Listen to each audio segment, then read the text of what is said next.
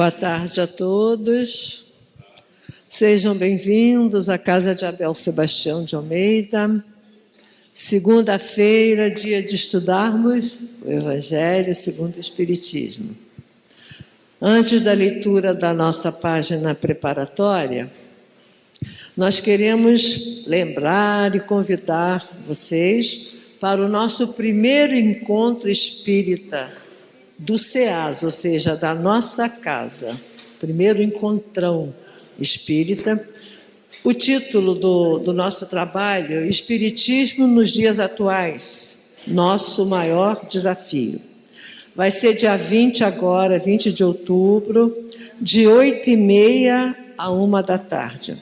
Está muito interessante, está rico em informações. Nós colocamos aí os 3 temas que serão abordados: os flagelos, os conflitos pessoais e sociais, a medicina espiritual e a cirurgia espiritual e alcançar uma vida mais feliz. Então, o convite está feito. As inscrições devem ser feitas através do nosso site www.ceasa.org.br, se não me engano. As inscrições são feitas lá. E lá vão perguntar se vocês querem a apostila. A apostila de 34 folhas vai custar apenas R$8. Tá? Então, quem quiser a apostila, vai colocar que quer, vai receber aqui no dia do encontro. Tá bom? Então, está feito o convite, espero que vocês possam comparecer. Agora, a nossa irmã Eliana vai fazer a leitura do texto de preparo. Boa tarde. Queria só pedir fazer o silêncio e desligarem o celular, tá? Ante a mediunidade. 1. Dai gratuitamente o que gratuitamente recebestes. Jesus em Mateus, capítulo 10, versículo 8. Procure, pois, aquele que carece do que viver, recursos em qualquer parte, menos na mediunidade. Não lhe consagre, se assim for preciso, senão o tempo de que materialmente possa dispor. Os espíritos lhe levarão em conta o devotamento e os sacrifícios, ao passo que se afastam dos que esperam fazer deles uma escada por onde subam. Capítulo 26, item 10. Mediunidade na bênção do auxílio é semelhante à luz em louvor do bem. Toda luz é providencial, toda mediunidade é importante.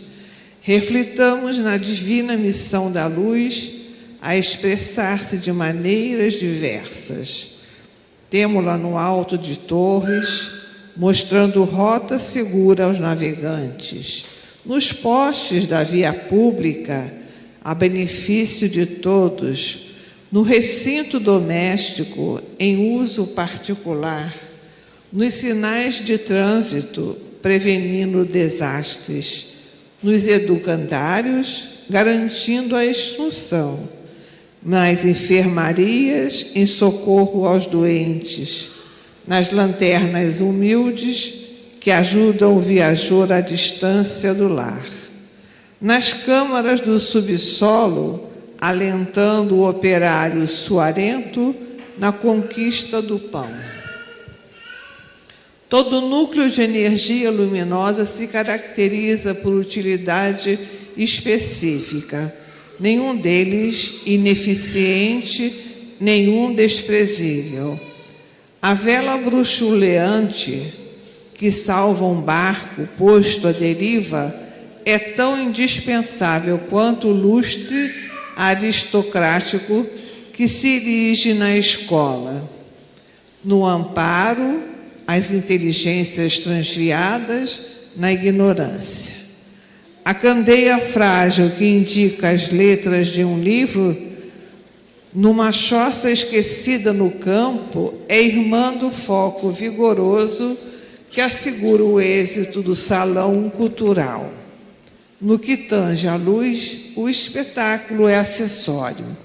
Vale o proveito.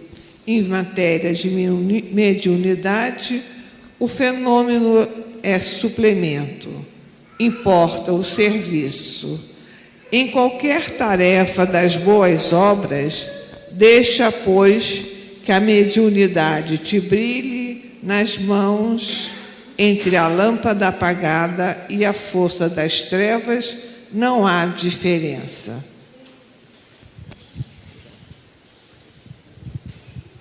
Agora vamos ouvir o estudo que a nossa irmã Edina, nossa convidada de hoje, vai apresentar. Ela vai finalizar o capítulo 26, 7 a 10, os itens, né? Mediunidade gratuita. Um bom estudo para todos. Boa tarde. Então vamos lá, né, meus amigos, minhas amigas. É sempre uma alegria estar aqui nessa casa de trabalho, nessa casa de luz, nessa casa que para nós é um conforto, né? A casa espírita. A missão e a tarefa da Casa Espírita no mundo é acolher os nossos corações e nos orientar. No mundo tão turbulento, com notícias que nos impactam tanto, com convivências muitas vezes dolorosas e difíceis da gente administrar, a Casa Espírita tem essa vibração, né? Tem essa característica de acolher os nossos corações, de nos acalmar, de nos orientar através de pensamentos de vanguarda, pensamentos que estão muito além da nossa possibilidade de agir hoje. Mas já temos nessas notícias nós no futuro. O que nós seremos no futuro, que começa a partir de hoje, essa construção, nós já sabemos através das notícias, das mensagens, dos ensinamentos dos espíritos superiores. Nós não temos dúvida que a nossa condição humana não nos garante ainda um comportamento de bem-aventurado. Aquele que está calmo, orientado diante das aflições, aquele que é humilde, aquele que tem coração puro, aquele que é manso, que é pacífico. Todas as orientações trazidas por Jesus no Sermão do Monte, a gente já entendeu que nesse momento nós não conseguimos agir, pensar e sentir no padrão que ele nos ensinou, né? Isso não é novidade para a gente. Então é muito comum nós lermos, interpretarmos, compreendermos o Evangelho segundo as nossas possibilidades e as nossas perspectivas que são humanas. Mas com toda certeza, à medida que a gente caminha, à medida que a gente se dedica ao nosso processo de evolução, à medida que a gente se pergunta o que isso que Jesus falou tem a ver comigo, pessoalmente? Por que Jesus falou isso? Para que Jesus me trouxe essas notícias? A gente vai mais ou menos fazendo essa comparação, essa checagem entre o que eu consigo e o que ele disse que eu vou realizar no futuro e que posso começar e devo começar agora, né? Então a gente mais uma vez vai pedir a ele, o nosso mestre de amor, de compaixão, pedir aos guias espirituais da casa, de Abel Sebastião de Almeida, acertei? E pedir aos guias espirituais da nossa Casa Espírita, a Casa de Leon Denis, ao guia espiritual de todos nós que estamos aqui reunidos nessa Assembleia, porque nós estamos aqui para ouvir o Evangelho de Jesus, não é isso? Não foi isso que nos trouxe a casa hoje? Ouvir o Evangelho de Jesus? Entender o que ele tem para falar para a gente? Aproximar o coração dele do nosso coração? Porque é só assim que a gente vai viver com mais paz que a gente vai viver com mais segurança e que a gente vai conseguir compreender que os embates da vida, o lugar onde eu me encontro hoje, os desafios pelos quais eu passo, são recursos divinos para eu me tornar um espírito feliz. Será que a gente já pensou nisso? Que as pessoas difíceis com as quais a gente convive, que o chefe que não é muito legal, que o salário que não é muito bom, que a minha vizinhança que às vezes traz algum desconforto, alguma perturbação. Os cenários que eu vivo na vida material, será que eu já parei para entender o porquê que eu estou nesses cenários? O que eu estou fazendo na vida material? Porque eu sou um espírito, né? Todos nós somos. Mas o que nós estamos fazendo na vida material nesse momento? Paramos para pensar a respeito disso? Ou a gente vai vivendo a vida, acorda de manhã, toma um cafezinho com pão, pensa o que vai fazer para o almoço, lava a roupa, limpa a casa, conversa com as pessoas, briga com alguns, e não para pensar que a nossa vida não é somente uma vida material? Ou a gente vive a vida material? Porque os bichinhos também vivem, mas eles não pensam, eles não sentem, eles não elaboram como nós, seres humanos, elaboramos. Então existe uma diferença entre eles, a missão deles e a nossa missão. Então, em realidade, o que a gente está fazendo aqui? A gente já parou para se perguntar? É importante que a gente se pergunte. E outra pergunta importante para a gente fazer: aonde eu quero chegar? Porque igual a Alice lá no filme, né? Alice no País das Maravilhas, quem não define o destino, qualquer caminho serve. Pouco importa. Não tem objetivo? Então eu vou andando na vida como a vida vai me levando, que nem aquele nosso querido lá da música popular brasileira, deixa a vida me levar. Né? Então é de urgente importância para que a gente responda a todos aqueles objetivos do encontrão que a gente vai ter aqui na casa. Por que eu estou vivendo num cenário com tantas dificuldades, com tantas calamidades, com um montão de coisa acontecendo coletivamente e particularmente? Porque parece que em alguns momentos a nossa vida é pura calamidade, né? Acontece tudo que a gente não programa, acontece tudo que a gente não queria viver e a gente fica embolado nessa realidade. Por que a gente fica embolado nessa realidade? Porque eu não sei qual o objetivo que me trouxe aqui. Aí a gente imagina que viver a vida material é só para sofrer. Porque eu não tenho dinheiro, porque eu não tenho emprego, porque na minha despensa não tem comida, a minha geladeira está vazia, as relações afetivas estão completamente desestruturadas, o lugar onde eu moro é um lugar difícil. Então eu vim aqui para sofrer. E se eu acho que eu vim aqui para sofrer, quem me enviou para cá?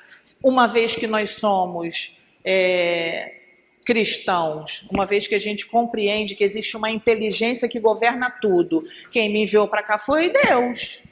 E errou na mão. Porque eu não queria estar vivendo esse negócio, não. Eu não queria estar vivendo essa realidade.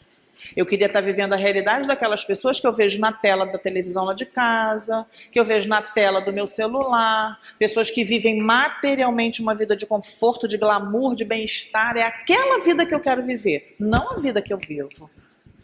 São aquelas pessoas felizes, entre aspas, que estão lá naquela tela, que eu gostaria de estar vivendo lá naquele cenário. Aí a gente começa a duvidar, né, dessa inteligência perfeitamente amorosa, que tem um destino de perfeição e de evolução para toda a criação.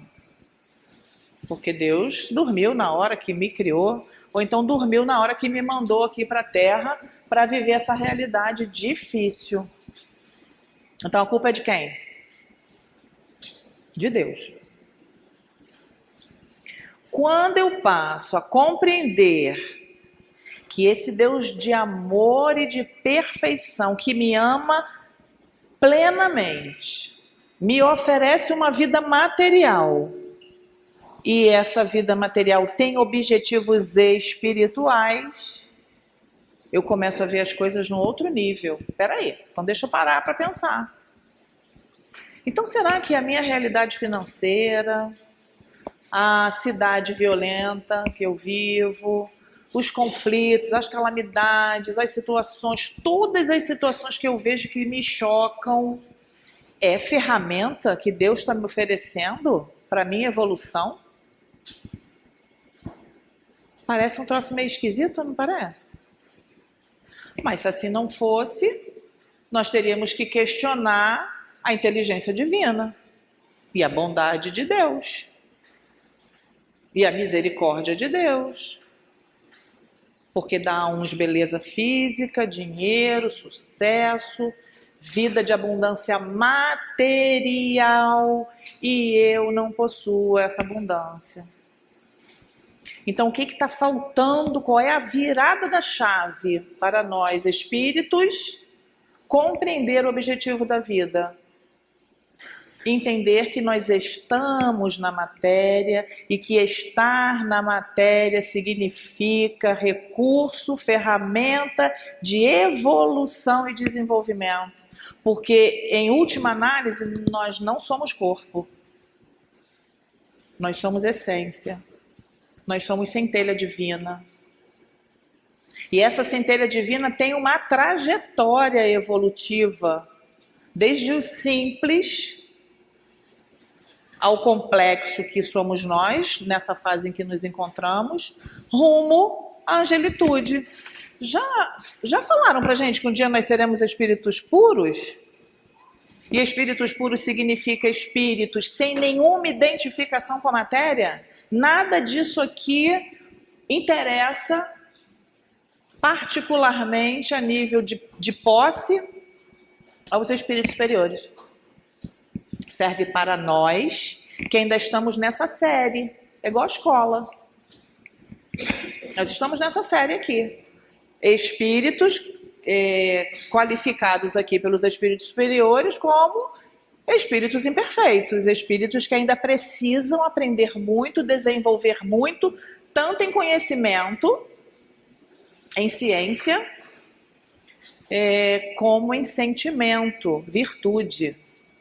Né? Então a nossa condição de hoje é essa. Seres humanos, espíritos medianos, que estamos morando num planeta que tem o nome de planeta Terra, estamos inseridos em contextos, em cenários, na medida certinha para o nosso processo de evolução. É isso que os espíritos nos ensinam. E à medida que a gente vai pensando sobre isso, a gente vai acomodando um pouco mais as nossas aflições. Nós participamos lá na casa de Leon Denis, a casa que eu pertenço, o Evangelho segundo o Espiritismo, como estudamos todas as obras de Kardec e várias outras obras de vários outros autores espirituais. E eu fiquei vinculada ao encontro chamado Encontro de Jesus, que é exatamente esse encontro do Evangelho segundo o Espiritismo. Quando eu cheguei nesse encontro, sabe o que era o tema para estudar durante um ano? O capítulo 5, que tem o título assim, ó: Bem-aventurados os aflitos, porque serão consolados. Todos os aflitos serão consolados? Todos os aflitos terão o coração tranquilo diante das aflições? Não. E a gente vê isso na vida da gente, não vê? Quando vem aquela aflição, aquela chacoalhada que acontece uma situação assim, bem complexa para a gente administrar, a gente fica tranquilo? A gente compreende assim, não, Senhor, que seja feita a sua vontade, como Jesus colocou lá na prece dominical? Senhor, seja feita a vossa vontade, jamais a nossa. E ele falou lá na crucificação, né? Pai, antes da crucificação, Pai, afasta de mim esse cálice. Mas se não for possível, que a sua vontade se cumpra em mim. A gente faz isso quando a gente está lá diante de uma dor, de uma perda, de um ente querido, da morte de alguém que a gente gosta muito, diante de um diagnóstico de uma doença complicada, sem grana para comprar as coisas que a gente precisa, que são básicas para a nossa vida, diante dos conflitos com os nossos familiares, com os nossos amores, vizinhos, tudo isso que a gente vive, a gente fica tranquilo. Tranquilo nesse sentido de confiar que Deus está conduzindo e que a vontade de Deus ela é perfeita, justa, boa para a nossa evolução, para cumprir o nosso objetivo? A gente não tem essa visão ainda, nos falta isso, né? E aí quando eu cheguei nesse encontro, era um incômodo muito grande, porque eu não entendia a dor como ferramenta de evolução. Eu não queria sofrer. Eu não queria sentir dor. Eu não queria passar pelos problemas pelos quais eu estava passando naquele momento. Os espíritos sabem o que estão dizendo quando diz que nós somos rebeldes. O que é ser rebelde? É não aceitar a realidade que a gente está vivendo e não aproveitar ela. Porque vai ter que passar. Aí a gente vai passar sem aceitação, vai agravar a situação, porque eu posso passar por uma dor, mas eu não preciso sofrer em função dessa dor. E quando é que eu não sofro diante da dor? Quando eu tenho aceitação. Quando eu tenho compreensão de que aquilo que eu estou passando é uma possibilidade de aprendizado e de evolução. A gente consegue pensar assim? Eu não consegui. Quando eu cheguei lá, há 22 anos atrás no Bom Jesus, e se acontecer algo muito impactante na minha vida hoje, eu vou ter que fazer um esforço muito grande para colocar o meu pensamento dentro daquilo que os espíritos me propõem. Eu queria levantar daquela cadeira, sair pela porta e não voltar mais. Mas algo em mim disse, não, você fica e tenta entender, tenta compreender. É difícil essa compreensão, porque a gente realmente coloca os padrões da nossa vida sempre nas aquisições materiais, mas acalma, fica mais um pouco, estuda mais um pouco, que você vai compreender. E eu estava fazendo um balanço, né, ouvindo ontem um outro encontro que teve lá numa outra casa espírita coligada ao Leon Denis, e que tratava desse tema, porque a gente estava falando de suicídio e estava falando de abandono da vida. Porque às vezes a gente não se suicida só quando a gente tira a nossa vida, faz autocídio não. Quando a gente larga a vida. Porque a gente não está cumprindo o objetivo, né? E é muito fácil para a gente largar. Eu estou cansada disso, eu estou cansada dessa vida. Não quero mais saber, deixa isso rolar, deixa dar o que der, não quero nem saber. Né? Isso é um desprezo à vida. A gente não está colocando todas as nossas possibilidades de realização, de busca, naquilo que está sendo apresentado para a gente ali. E a gente perde o aprendizado, porque a gente fica ali largando, né? Então, essa questão de valorizar a vida, ela tem muita coisa para falar para a gente nesse sentido. Valorizar a vida do jeito que a minha vida está hoje. E caminhar, fazer os meus esforços para que os meus objetivos materiais, porque não tem nenhum problema da gente adquirir um conforto material, é da lei isso, da lei de progresso, da lei de evolução, mas eu preciso buscar para achar. Agora, colocar só os objetivos materiais me adormece, me afasta do verdadeiro sentido, que é o desenvolvimento espiritual. E aí ontem eu estava pensando nisso, falei, nossa, eu estou ouvindo isso, né, a respeito da dor, a respeito de que tudo está no lugar certinho e tudo é recurso, e aquilo acomodou tão bem assim no meu coração, né? Falei, caramba, já caminhei alguns passos para diante. Cheguei nessa casa querendo não sentar na cadeira para ouvir a respeito da dor, porque a gente ia estudar um ano, né? Imagina. Eu passando por um monte de problemas, não estava aceitando nenhum deles, os espíritos falarem para mim que a dor é uma bênção. Aí ficou difícil, ficou apertado, ficou estreito para mim. Ficou estreito. Eu falei, como assim que vocês estão falando isso para mim? Isso não confere. Não confere. Eu tenho que sofrer, passar por um monte de situações, porque é aí que está o meu desafio, aí que está o meu desenvolvimento, aí é que eu vou conseguir crescer e progredir. Não quero esse negócio. Não quero esse negócio, né? Era esse meu momento emocional e espiritual. E discutia muito com os espíritos, inclusive. Discutia, era bem mais rebelde do que eu sou hoje. E eu espero que quando chegue alguma situação, né, mais desafiadora na minha vida, eu tenha o mínimo de discernimento para honrar todos os espíritos que falaram para nós aqui no Evangelho, em nome de Jesus, e falar para eles, olha só, tá difícil pra caramba, mas eu continuo confiando nos senhores, continuo segurando na minha mão, porque eu tenho certeza que essa é a melhor escolha, que esse é o melhor caminho, né? Então, essas coisas que a gente ouve aqui na Casa Espírita, no primeiro momento, pode fazer nenhum sentido.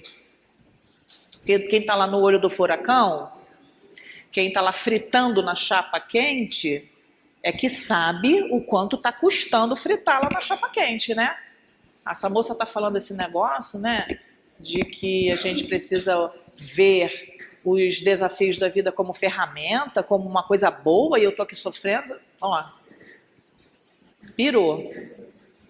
Mas conforme a gente vai abrindo espaço em nós, reduzindo as posturas de defesa, porque a gente não quer sofrer, então a gente se defende, né? A gente coloca um grande escudo.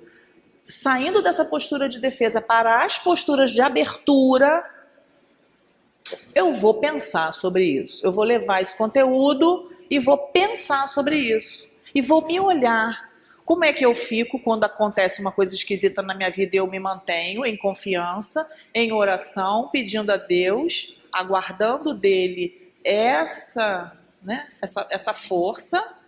E quando eu destrambelho, aí eu vou fazer uma comparação. Quando eu estou por minha conta e risco e quando eu peço a ele para me ajudar. E vou comparar como eu fico, como eu me sinto. Não, quando eu peço força a ele, quando eu paro, dou uma respirada e peraí, deixa eu analisar esse negócio aqui, eu fico melhor. Eu não me desgasto tanto, eu não me descabelo tanto, eu não fico tão conflitada quando eu fico distante de tudo isso que os Espíritos me ensinam, né? Então, estar na Casa Espírita, estar estudando o Evangelho de Jesus, nos ajuda na vida de relação.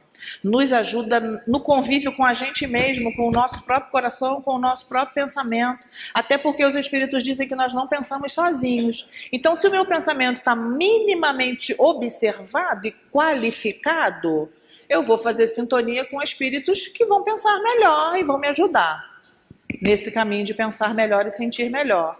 Ah, quando eu estou toda destrambelhada, eu vou fazer ligação com quem? Com espíritos destrambelhados, como eu estou naquele momento. Isso é lei de sintonia, não temos como fugir disso.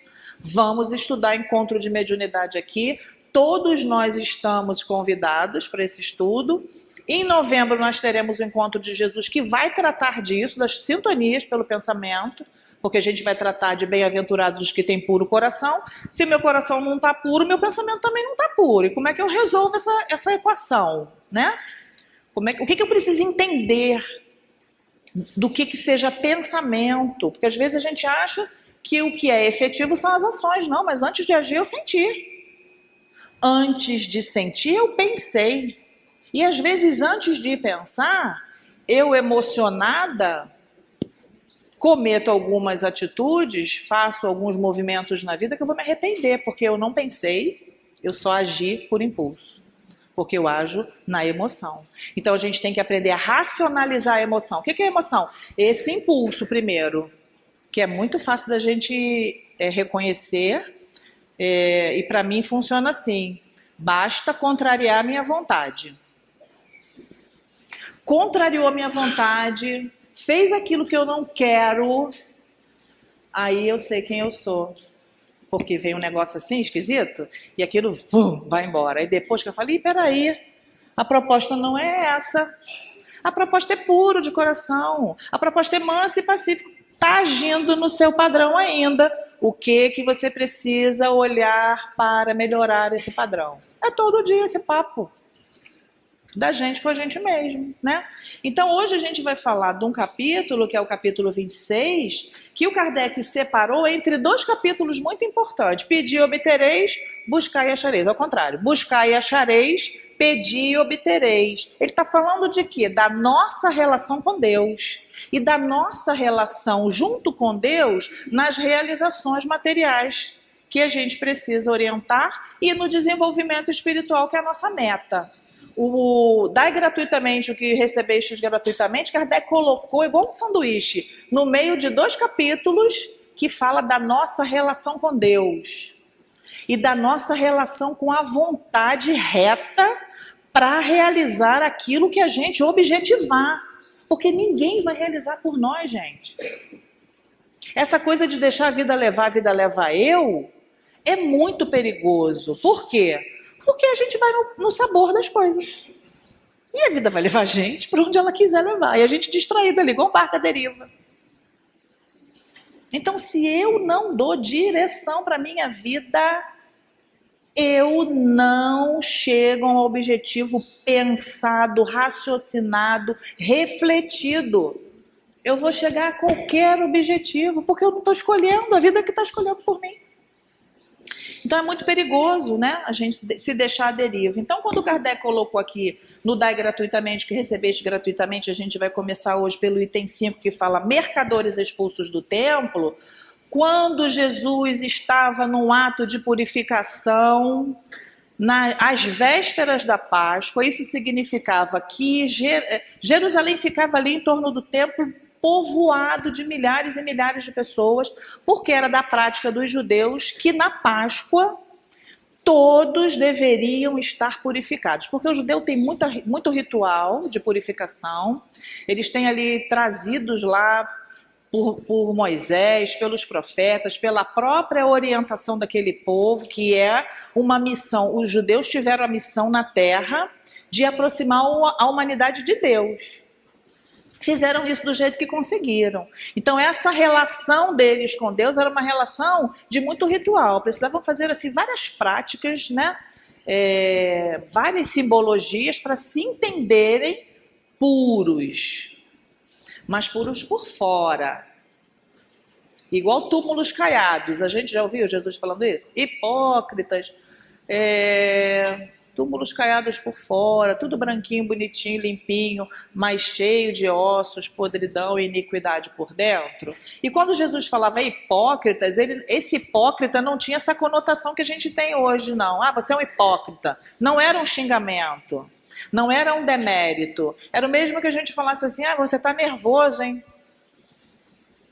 Coisa mais amena, né? Era uma palavra usada, porque é muito importante a gente não interpretar o Evangelho segundo a evolução que a gente tem hoje, e segundo as palavras que nós usamos hoje com a conotação que elas têm hoje. Jesus, quando chamava o fariseu de hipócrita, não é como nós chamamos alguém de hipócrita hoje. A hipocrisia era viver uma coisa e professar outra. É próximo ao nosso conceito, mas não era ofensivo, porque a gente não pode comparar o nosso comportamento humano imperfeito com o comportamento de Jesus.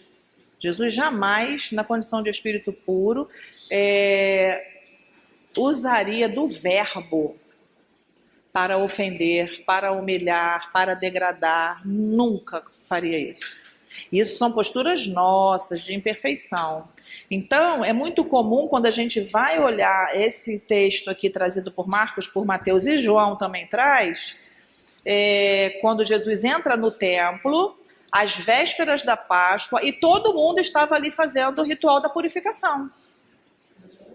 E o ritual da purificação tinha várias etapas. A lavagem do corpo, a troca da túnica, dependendo lá do que tu fez, esquisito ou não, vinha desde a pombinha até o boi, que você fazia essa oferenda dentro do templo em holocausto para Deus, né? E Jesus, naquele momento, participa da purificação do templo. E existia uma máxima, um ensinamento que acompanhava aquele povo, que na casa de Deus não se comerciava, não se vendia, não se mistura coisa santa com dinheiro. Tem qualquer semelhança é mera coincidência, né, nos dias de hoje. Então Jesus entra no templo, não era qualquer pessoa que entrava no santo e no santíssimo, porque o templo de Jerusalém tinha vários compartimentos, inclusive as alas laterais que as mulheres frequentavam, porque as mulheres não podiam entrar nem no santo, nem no santíssimo, ali só os sacerdotes. E por que Jesus entrava nesse ambiente? Por que Jesus falou no templo? Porque Jesus era rei dos judeus. Jesus era da linhagem de Davi por parte de Maria e por parte de José, e seria ele, pela tradição do povo, que deveria estar à frente do comando de Jerusalém. E todos os sacerdotes, os príncipes, todos eles sabiam disso. Por isso que para Pilatos chegou essa notícia e ele perguntou para Jesus: tu és rei? Jesus confirma, sim, sou rei. Mas meu reino não é desse mundo. Não se preocupem, porque não é um reinado material que eu busco. Não é um reinado material. Mas, pela tradição dos judeus, Jesus era a figura que precisava estar ocupando a orientação do povo de Israel, porque ele era da linhagem de Davi. Da mesma forma que João Batista precisava estar ocupando o legislativo do povo de judeu, porque ele também tinha essa ascendência da linhagem. Né? Então são situações, são algumas notícias históricas para a gente compreender a grandeza de Jesus e que essa grandeza não era uma grandeza simplesmente material. E para a gente compreender que muitos dos nossos interesses materiais, dos nossos medos, das nossas posturas de defesa, nos afastam do verdadeiro caminho. Porque se estava na tradição, todos sabiam, dito pelos profetas, que chegaria a Jerusalém, aquele que exaltaria o povo, né, de Israel, e eles sabiam, pelas características que Jesus trazia, que era ele, mas eles não permitiram. Então Jesus só durou 3 anos no messianato dele, e ele falou dentro do templo, não era permitido a ninguém que não tinha essa linhagem, porque Davi foi rei, e Jesus também, pela linhagem, foi rei. Então ele só tinha possibilidade de falar no templo, como a gente está colocando aqui numa tribuna, por conta disso. Por conta dessa posição na linhagem do rei Davi. Então ele fala, ele abre o pergaminho, ele lê o texto de Isaías que disse quem seria ele como profeta, como esse, que viria para Jerusalém exaltar aquele povo. Ninguém quis escutar, foi um burburinho danado, arrancaram o pergaminho, quiseram matar Jesus, Jesus precisou sair pela porta fora, né?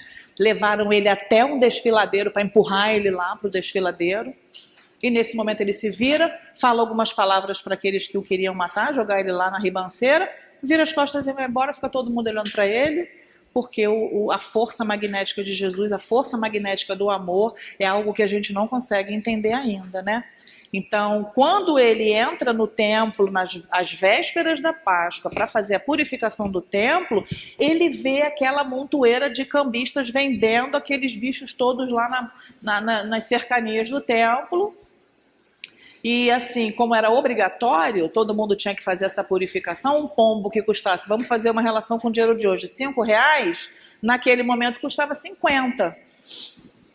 Uma túnica que custava R$3 comumente, naquele momento da Páscoa, custava 30. As pessoas que podiam pagar, muito bem. Quem não podia? Não fazia relação com Deus? Não se purificava? Não tinham o direito de cumprir os preceitos da religião judaica, né? E assim, né, porque Jerusalém era uma cidade cosmopolita, ou seja, vários países, aldeias, né,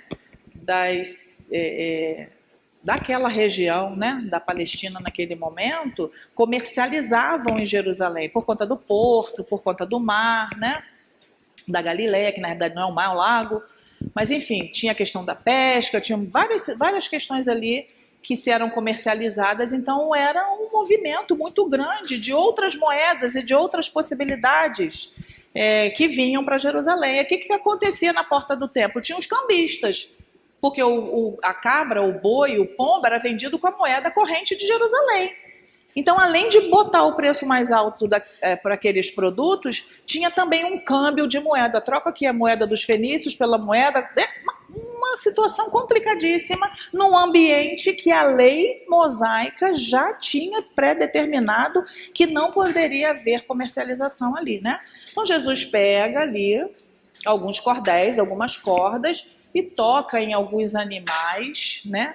Para a compreensão da tradição, porque a gente não entende muito bem isso, porque a gente não aprofunda demais a história desse povo, a gente não lembra, a gente viveu lá possivelmente, mas a gente não lembra, né? Então foi ali um ato profético, não um ato deliberado de emoção desmedida, de um arroubo de raiva, de ira, Jesus entrando no templo, saindo, virando tudo que era mesa de cambista, soltando os animais. Mas quando a gente lê isso aqui, o que fica pra gente? Qual é a dúvida que rola na nossa cabeça? Será que foi Jesus que fez isso? Jesus fez isso mesmo. Entrou no templo e saiu virando lá as mesas, expulsando as pessoas que estavam fazendo comércio dentro do templo, criando aquele burburinho todo, porque aqueles que estavam ali, os sacerdotes, ganhavam dinheiro com tudo isso. Porque quem criava todos aqueles bichos e tinha permissão de vender dentro do templo era o genro, o cunhado, o primo, o irmão, o filho. A família ganhava e eles tinham uma porcentagem de toda a venda daqueles animais ali, né? Então, observando aquilo, eles queriam prender Jesus e penalizar ele de morte. Mas Jesus mostra, na tradição, com todas as etapas e fases desse ato, exatamente aquilo que ele estava falando. E quem conhecia a lei entendeu perfeitamente aquilo que Jesus queria dizer.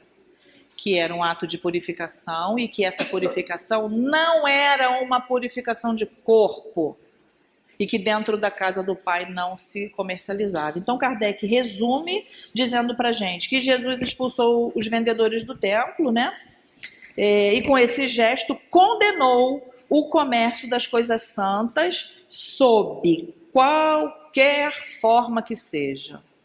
Então, uma casa religiosa, que tem como objetivo e missão nos aproximar de Deus, não pode cobrar, não pode comerciar, não pode. Né? Então, e a gente pode estender isso, porque às vezes a gente não cobra dinheiro, mas pela vaidade a gente cobra elogio, né? A gente cobra das pessoas que estão convivendo com a gente, muitas vezes, um comportamento que elas não têm e não conseguem oferecer. Porque a cobrança, ela pode se estender para além da moeda, né? É tudo aquilo que vincula o nosso coração à incompreensão ou a uma prática que não é uma prática de relação com Deus. Uma prática de relação com os nossos hábitos, com os nossos costumes, com as nossas imperfeições, mas não uma prática de nós com Deus, né? Então Kardec diz isso, Deus não vende sua bênção. Então aquelas pessoas que não tinham aquela grana para comprar o pombo, que não tinha grana para tomar o banho, nem a grana para trocar de túnica, fazia como? Ficava segregado? Ficava excluído? Não podia realizar aquela prática, só quem tinha possibilidades materiais? Como é que Deus, como é que é a construção, nosso olhar em relação à divindade nesse momento, né? Como é que aquele que não tinha nenhuma possibilidade via essa situação e sentia essa situação dentro do templo, né? Algo que a gente pode pensar também. Então, Deus não vende sua bênção, nem seu perdão, nem a entrada no reino dos céus. De que maneira a gente conquista a entrada no reino dos céus? Que é um reino de felicidade, que é um reino de mais paz, que é um reino de mais plenitude. Como é que a gente compra, entre aspas, né? Não são com as boas ações, com o desenvolvimento das virtudes, dos nossos sentimentos? Tem nada a ver com dinheiro. Até porque quando a gente desencarnar, não temos como levar nada. Tem como levar? Uma amiga diz, né? Caixão não tem gaveta. E mesmo que tivesse gaveta, o caixão vai ficar ali na Terra. Ele não vai sair dali para ir para uma outra dimensão que é espiritual, né? Então não tem relação. A nossa condição espiritual, a nossa essência, os ambientes espirituais não tem relação com a matéria, como a gente conhece aqui. Com dinheiro, com as aquisições, com os bens materiais, com as roupas, com o sapato, com a cama, com o ventilador. Não tem. Não tem, a gente sabe disso. Mas a gente parece que não entende isso na nossa vida do dia a dia, né? Porque a gente continua colocando o nosso interesse naquele tesouro que o ladrão rouba, que a traça rói. Não é assim, porque ainda é a nossa condição. Deus entende? Entende, Ele nos conhece profundamente, Ele é o nosso Criador, continua trabalhando para que a gente consiga ampliar a nossa visão espiritual, né? Porque a material a gente já conhece. E a Casa Espírita tem esse objetivo na nossa vida, né, gente? Então ele diz pra gente que o homem, portanto, não tem o direito de fazer com que tais benesses sejam pagas. Tudo aquilo que a gente recebe aqui da palavra, da orientação, do passe, do ensinamento, da água fluida, do tratamento espiritual, é gratuito, né? Então Kardec coloca lá pra gente, mediunidade gratuita, fazendo um link com a gratuidade que Jesus observa lá no templo, no momento em que ele estava aqui encarnado, entre nós, ensinando. Então, mediunidade gratuita é o quê? Eu, como médium, tenho fluido para colocar ali no passe? Para colocar na água fluidificada? Eu tenho fluido para estar do lado de uma amiga ou de uma pessoa que está perturbada, está em sofrimento, está num momento de dor e tentar de alguma forma ser solidária? Só num toque de mão, só num olhar, só num abraço? Tenho. Mas eu fluido igual. Tudo igual. A gente doa esse fluido, dá um plus assim, de energia na pessoa? Até dá. Mas uma energia material. Quem fornece a energia espiritual que alcança as fibras mais sutis do nosso corpo é o fluido espiritual. Então, no ambiente dos espíritos, no laboratório espiritual, eles sabem como fazer o remédio que vai aliviar as nossas dores emocionais, espirituais e físicas, associando o fluido do médium com o fluido do ambiente, potencializado pelo amor. Então, quando a gente recebe um passe na casa espírita, quando a gente recebe uma água fluidificada, quando a gente recebe um atendimento fraterno, existe uma associação das possibilidades do médium com as possibilidades dos espíritos. Então, a minha possibilidade e a dos espíritos, a minha é muito pouca. É a minha boa vontade. É o fluido vital que eu possuo para a manutenção da minha vida que eu compartilho com a outra pessoa. Mas o trabalho é feito por quem? Uma associação dos espíritos com a gente. Eles cobram para trazer essa assistência? Vocês já viram ali na entrada algum espírito com o QR Code? Passa aqui o QR Code no seu celular. Bota aqui. Toma aqui a fichinha, paga lá o passe na cantina. Já viu algum espírito lá na porta cobrando pelo passe ou por algum benefício que a gente recebe aqui? Bom, se eles não cobram, a gente também não pode cobrar, né? Não funciona assim? Ou eles não cobram e a gente se arvora de cobrar? Se está fazendo isso é por conta e risco. Então a mediunidade, ela é uma possibilidade. Lembra da ferramenta do recurso que a gente falou? Que a gente tem aqui em várias situações da nossa vida? A mediunidade também é uma ferramenta. Também é um recurso. Para quê? Para que a gente aprenda a trabalhar. Para que a gente aprenda a sair dos nossos interesses e pelo menos 2 horas por semana, 2 vezes por semana, 3, sei lá quantas vezes a gente vem na casa espírita, a gente esquecer das nossas questões, a gente esquecer dos nossos problemas e falar assim: puxa vida, eu vou lá na casa espírita para poder contribuir com o meu semelhante. É para isso que existe a mediunidade. E para ser intérprete do pensamento dos espíritos, porque eles não têm ação no mundo material senão através do pensamento. Então eles influenciam o pensamento do médium, e aí o médium traz através da escrita, através da fala, através de todas as possibilidades da mediunidade, as informações do mundo espiritual para o mundo material. Com que objetivo? Para que existe esse intercâmbio entre o mundo material e o mundo espiritual? Para aliviar as nossas dores, para nos trazer a orientação, para nos ajudar a seguir o melhor caminho, com menos dor, com menos sacrifício, para que a misericórdia, para que a consolação chegue até os nossos corações. Essa é a função da mediunidade. Não tem outra, né? Então, se os espíritos nos dão de graça, porque já são bondosos, porque já ultrapassaram a fase do egoísmo e do orgulho, da vaidade, que nós ultrapassaremos um dia. Se eles não cobram, a gente também não cobra, né? E ele coloca aqui no item 8 para a gente. Primeiro ele falou dos médiuns modernos, porque nós somos médiuns sempre, né? Se existe o mundo dos espíritos, se existem espíritos encarnados, esse intercâmbio é de sempre. Mas até um momento, que momento? O momento em que a doutrina espírita ainda não tinha chegado no planeta, a gente achava que isso era coisa do demo, a gente achava que isso era fantástico, divino, maravilhoso, que somente alguns poderiam ter mediunidade. O Kardec diz: não, todos somos médiuns, porque todos temos a possibilidade de perceber o pensamento dos espíritos. Mas existe o que chamamos de mediunidade ostensiva, que é a pessoa que realmente vem com algumas percepções a mais e que colocam essas percepções à disposição dos espíritos bondosos. Bom que seja assim, né? Porque às vezes a gente coloca também essa possibilidade nas mãos dos espíritos que não são tão bondosos assim.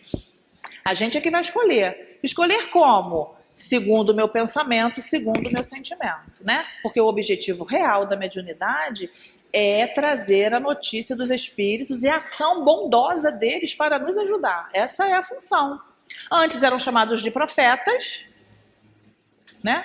E aí Kardec traz essa nomenclatura médiuns modernos, por quê? Porque hoje, através da doutrina espírita, nós compreendemos melhor qual é a função da mediunidade e como funciona esse mecanismo. Porque não é coisa inventada da cabeça do homem, prerrogativa da lei, como todas as outras leis às quais nós estamos submetidos aqui no planeta. Lei da gravidade, lei disso, lei daquilo outro, né? A mediunidade, ela tem como base leis espirituais que garantem esse intercâmbio, né? E o Kardec diz pra gente que nós, médiuns modernos, sabemos um pouco melhor a respeito disso. Os apóstolos, eles faziam isso de forma natural e aprenderam. Porque até certo ponto do messianato de Jesus, eles não faziam. Tanto que teve lá uma questão que uma pessoa traz lá, era um obsidiado, né? Uma criatura que estava lá passando por um processo obsessivo muito intenso, e os familiares pediram apoio aos apóstolos para que ele pudesse ser curado, né? Que aquilo pudesse ser amenizado, e nenhum deles conseguiu. Aí Jesus chega e falava, mas meu Deus, até quando eu hei de aturar vocês, né? Onde está essa fé? Aí Jesus vai lá, chama o rapaz que estava lá numa situação muito difícil, numa subjugação lá, joguete de espírito difíceis, e Jesus cura ele, né? Jesus traz ele, retira aqueles espíritos, afasta aqueles espíritos e traz ele ao equilíbrio novamente. Então os apóstolos não sabiam usar a mediunidade ainda. E Jesus foi ajudando. Quando efetivamente que os apóstolos começaram a trabalhar a mediunidade? Quando Jesus desencarna. Está lá nos Atos dos Apóstolos, os 40 dias que Jesus ficou com eles, explicando, ensinando, encorajando. Aí que eles entenderam que na realidade existia vida futura, porque Jesus tinha morrido no corpo, mas continuava conversando com eles, com o corpo espiritual. Tomé tocou, comeu pão junto, partiu pão. Peraí, então realmente existe esse mundo dos espíritos, né? A partir daí eles começam a confiar e a compreender o que anteriormente eles não compreendiam. E Jesus foi orientando, ensinando. Aí a gente tem lá uma notícia nos evangelhos que diz que a sombra de Pedro curava, gente. Pedro não precisava nem colocar o pensamento dele na direção da cura. A sombra dele curava. Por quê? Porque do coração dele saía amor, saía entendimento, saía misericórdia e compaixão. Então o que a gente está fazendo na Casa Espírita? Aprendendo a ser paciente, compreensivo, compassivo, acolhedor, respeitoso. Porque somente com essas características, essas predisposições, nós seremos instrumentos dos bons espíritos. Porque se não estivermos nesse caminho, nós seremos perturbação dentro da Casa Espírita. E é muito fácil para a gente ser perturbação na Casa Espírita. Basta que a gente esteja num grupo em que um outro coordenador, em que um outro colega do mesmo grupo tenha uma ideia diferente da nossa. E danou-se. Acabou a amizade, acabou o evangelho, acabou a doutrina, instala-se o conflito. Então a gente tem que perceber como nós estamos, quais são as nossas motivações e como a gente vai trabalhar essa gratuidade, porque quando eu estou na Casa Espírita, nos grupos espíritas, me oferecendo para o trabalho e desejo que a minha opinião, o meu desejo, seja o supremo, que o jeito que eu faço é sempre o melhor jeito, eu estou cobrando. Não estou cobrando moeda, mas eu estou cobrando. Porque eu estou me achando superior. E o nivelamento, a igualdade, faz parte da humildade, que é uma virtude que Jesus ensinou. Nós sabemos fazer isso? Sabemos fazer isso? Ainda não. Mas a notícia não é bem-aventurados os humildes? O que eu preciso fazer? Entender quais as minhas motivações. Nossa, eu quis me sobrepor à opinião da minha amiga. Eu achei que eu sei mais que ela. Eu achei que eu sei fazer melhor que ela. Poxa, peraí, deixa eu pensar nisso. É assim mesmo? Vamos conversar, fulana? Me desculpa. Nesse momento que a gente teve ali aquela situação, eu falei uma coisa que foi tão grosseira, Foi tão difícil. Eu sei que isso deve ter alcançado o teu coração de uma forma ruim, porque alcançou o meu também, depois que eu fui refletir. Você me desculpa? Você me perdoa? Vamos recomeçar a tarefa, né? Então, essa questão de dar gratuitamente o que a gente recebe gratuitamente é não explorar a mediunidade. E todas as vezes que a gente se predispõe a vir ao centro espírita oferecendo as nossas possibilidades e a gente faz cobranças, isso não significa não ter ordem, não ter direção, porque nós temos um regimento interno, nós temos um estatuto que orienta o trabalho da Casa Espírita, ele precisa ser cumprido, mas como que eu cobro isso? Como que eu converso a respeito disso com o grupo? Eu estou escutando o grupo? Ou eu estou só colocando as minhas ordens, dando carteirada com o estatuto, dando carteirada com o evangelho? Que é uma forma de cobrar também o que a gente precisa dar, né? Então, muito interessante que eu vi ontem, que eu queria compartilhar com vocês, né? Um casal de amigos, todas as vezes que eles saem para viajar, ou saem, pegam o carro para ir a algum lugar, o marido fala para ela assim, amor, faz a prece. Aí ela fala, tá bom. Senhor Jesus, que o Senhor possa guiar os nossos caminhos, que a gente chegue no nosso destino em paz e em tranquilidade, e que todos os que estejam junto a nós no mesmo trajeto também possam chegar aos seus destinos em paz. Aí ele, não, amor, aquela outra parte, ela, tá bem. E que nós possamos ser instrumentos do teu amor aonde quer que estejamos. Usa, Senhor, das minhas possibilidades para que eu seja o teu representante, para que eu possa levar o teu amor a todas as pessoas que cruzarem o meu caminho. Isso é mediunidade. Isso a gente pode doar, a nossa predisposição ao bem, com o nosso olhar atento, porque às vezes a gente está do lado de uma pessoa em sofrimento e a gente não consegue olhar para ela e falar, você está bem? Está tudo bem? Você quer conversar? Às vezes a gente não consegue fazer isso, né? A gente está acelerado, a gente está preocupado com os nossos compromissos e a gente perde a oportunidade desse exercício.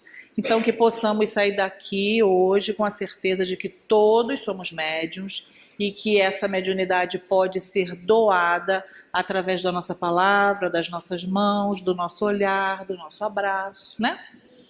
E de forma gratuita, porque aquilo que a gente dá, o benefício e o pagamento já está no próprio ato de doar, porque Deus paga à vista. Se eu estou doando, se eu estou colocando as minhas melhores disposições para depois cobrar a pessoa pelo que eu dei, está aqui no Evangelho que não pode, porque é dar gratuitamente o que a gente recebe gratuitamente, tá? Finalizou nosso tempo, né? Passou até. Obrigada aí, tá? Pela atenção e eu espero que a gente leve alguma coisa no nosso coração para pensar durante a semana.